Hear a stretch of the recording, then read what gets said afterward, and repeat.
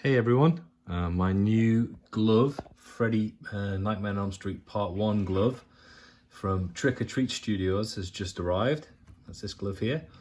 And I wanted to do a quick comparison video with the Neca Part 1 glove, which I've owned for a little while. Had a couple of these over the years. I've also cosplayed at a convention a few years back with one of these.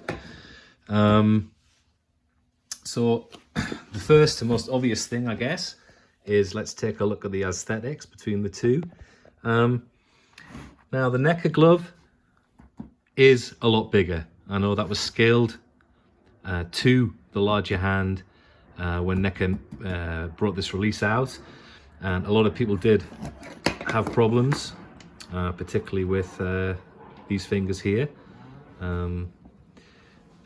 Access of movement. We'll take a look at that in a moment. The new Trick or Treat glove is a lot better in terms of scale and fit for my hand anyway, which is kind of average size male hand. Let's take a look on the other side. Obviously Neca have gone for a lot more weathering. It's a thinner leather, Trick or Treat is a thinner leather on this glove here, but I think that's fairly movie accurate, just looking at some screen caps and one thing and another. It's quite a heavy weathering on the glove. The Neca is a thicker pleather, maybe I'm going to say. It could be leather, it could be leather. This is definitely leather on the Trick or Treat. One of the big complaints about the Neca glove when it was released was obviously though it may be screen accurate in some scenes. Apparently in the first movie, this part of the glove split, and they did hold it together with a safety pin for some of those scenes. However, if you're using this for, you might just be using it for display, in which case this isn't an issue. If you're using it for Halloween or for a con or something like that, this is a major pain in the ass to take on and off. I mean, it's pretty damn hard if you've got a cosplay on to get this on, to get and have it stay on too. So that was the downside of this glove, even though it's arguably screen accurate. Let's take a look at some of the other features, see what we can see. Obviously on the Neca glove, they've gone for some of these are quite askew, I mean obviously deliberately. This is kind of squared off. I think certainly in the opening scene of Nightmare 1, when you see it from the other side, this ringlet does look a little bit squared off. On this it's fairly rounded, but I mean that's a tiny point, and they use more than one glove in each movie, so there were always going to be differences between them. What else can we see on this side? Let's take a look at the blades.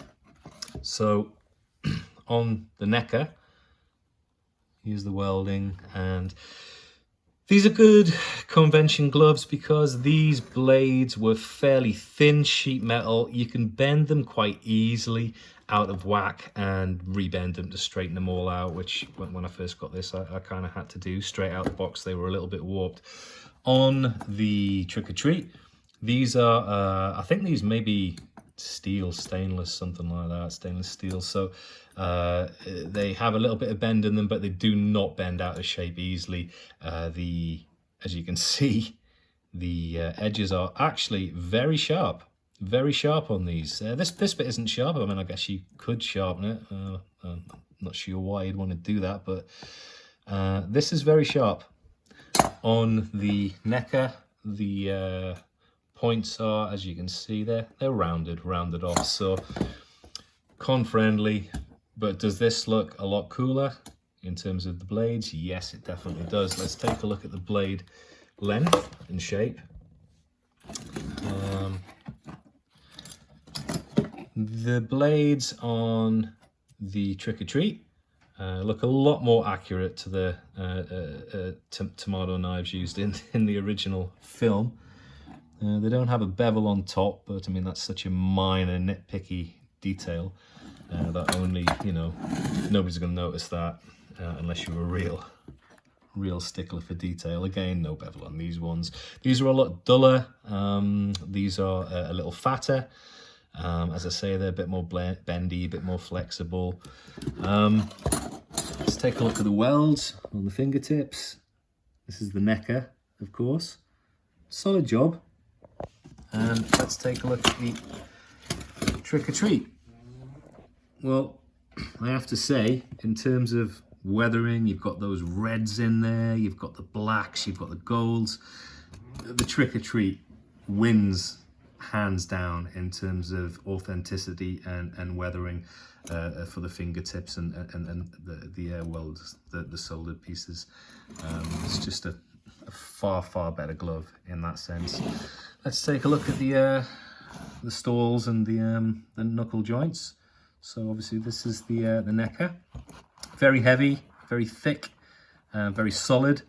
A very well made piece. The Neca produced some great stuff. I'm a big Neca fan, and this is no exception. I still think it's a great glove, a great display piece. You know, it's a good representation of the glove used by Robert England in part one of the gloves, or a combination of some of the gloves even. It's a part one glove, what can I say? This is thinner copper and brass. Again, the brass on this is thick, it's heavy, it's inflexible. You've got these real heavy kind of indentations around the rivet joints, and on here you don't have that. You have the shape, which is a little bit more like the supposedly found Hero Part 1, Part 2 glove. This very much mirrors that. Doesn't match every scene in Part 1, but again, there was more than one glove used, and these were all handmade for the production, so there were going to be variances. Again, here you've just got very straight lines on your knuckle joints. On here, they've gone for a more screen accurate look. They've even gone to the trouble of putting in the little, you know, the little sort of curvature here, which was seen on the screen used glove. What else? Both of them, obviously, you have this this ring pull. It's not too effective on the Neca one. This, I mean, you can. A lot of people, and I know a lot of people kind of put it on the outside like this on this particular glove. I'm not sure why, because I don't think it's like that in any of the films. Certainly not in part one, and not to my knowledge. Correct me if I'm wrong. I took it underneath, but you know, it does pull. You can tighten things a little bit with that. On this, I find it a lot more effective. If I can get it out, you can actually do something. You know, there's a video here on YouTube where if you sort of pull the thing in like that and you tighten it, you can get a much tighter fit around your wrist, which feels better, and it's kind of got that shorter cuff look that Robert England did use in a lot of the movies. So yeah, I mean, we'll take a brief look at the packaging and I'll try these on, because why wouldn't I on a Freddy video? Of course I'm going to try them on. The one thing I will say at this point is that the Neca wins a little bit on a few points, is they come with these cool Nightmare on Elm Street hands. I've got this part 1 and I've got a part 3, which again comes with a very similar hand to this. A little bit smaller for the part 3, but it's a smaller glove. But that's a cool thing. I mean, you know, I'm sure it didn't cost too much to produce, a few dollars, but makes a great display. For this, I mean, there are, you know, custom-made displays happening out there. There's, you know, you can buy a mannequin hand from eBay or Amazon and, you know, do that. Or you can make something out of wood and wire and, you know, come up with something like that. So, you know, there are options. But anyway, the Neca did come with that, which I thought was a nice touch. If you haven't seen it, this is what the Neca packaging looks like, which was pretty cool. It's got some, you know, nice images from, looks like a new Nightmare Freddy on there. Looks like, what, part 3 maybe. Yeah, it's pretty cool. This is in a different league, I have to say. It just feels really like a quality item.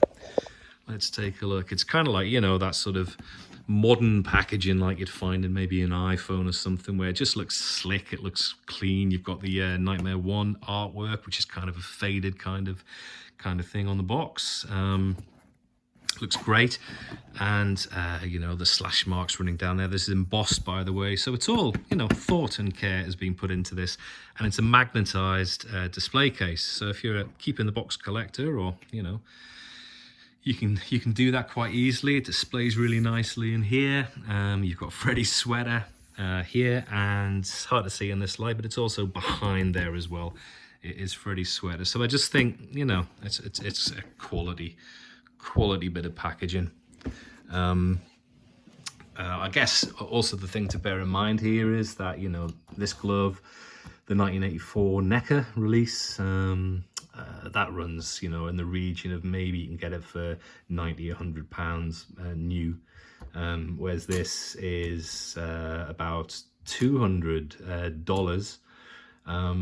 And then you've got to think about shipping or, you know, tax, whatever on top of that too, or you can buy from a UK seller, but obviously you're going to pay a little bit more for it. So it is a more expensive glove, but what I'm saying is in terms of quality, in terms of prop replica, the difference really shows. I mean, it really does. So, okay, I am going to try them on, which isn't easy to do one-handed, but I will give it a shot. I'll start with the Neca. Again, you've got that drawing pin, the safety pin in there, which isn't great. I'm going to just pull this on with my teeth. There we go, I've managed it. Okay, so this is the Neca. This is how it looks. Now, out of the packaging, when I first got this, the rivets were really, really tight on this glove, almost to the point of not being able to use it.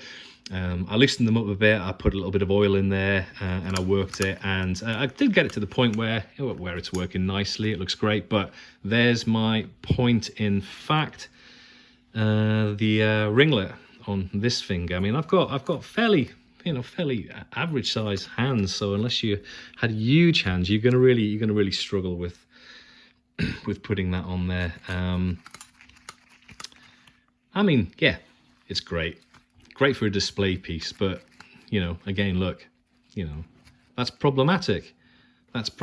One thing I a little aside I noticed is they you know, screen accurate. Apparently you have holes in that particular finger joint, above the finger joint, and rumor I heard was that they were experiencing problems in the original movie with fitting, or something came away from something and they were going to run a bit of wire into those holes, which are on either side, and down onto the finger in order to keep that attached. So maybe it's fairly accurate. Maybe the shape of that and the angle, the off angle, the irregularity of that is fairly accurate. And yeah, this is the Neca. Yeah, like I say, great glove, you know, especially for the money. And you know, Neca do great work, and it still looks great. And it's heavy, you know, it's a lot heavier than the Trick or Treat. The metal's thicker, heavier. It's robust. This is a really robust glove, and you know, I still think it looks great. But let's take a little look now at the Trick or Treat. So let me just try and get this off. Easier said than done. I'm going to just try and do this video all in one go with no cuts, so bear with me for 1 second. I'm going to pop this back down here, and I'm back. So let's take a look at this. So yeah, there's the indication of a split there, but obviously you have the edge of the leather holding it together. You have your tag there.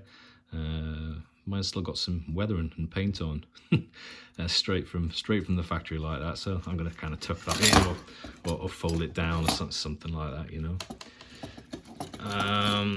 Okay, I'm going to pop this camera down when I slide this on. So bear with me 1 second. Putting it on. Okay, and we're back. So this is the Trick or Treat.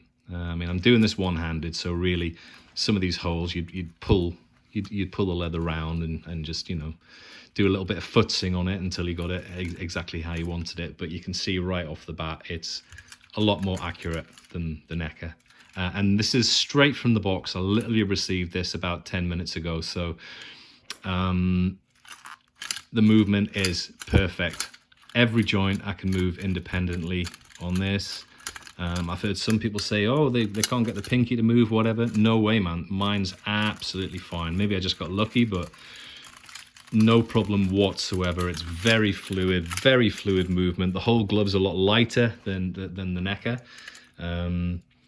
The movement's great. Yeah, I mean, obviously when I'm not doing this one-handed, I can kind of tighten that up a bit and smarten that up a little bit. But I think it's a great replica. I think Trick or Treat have, you know, they've gone that extra mile on this.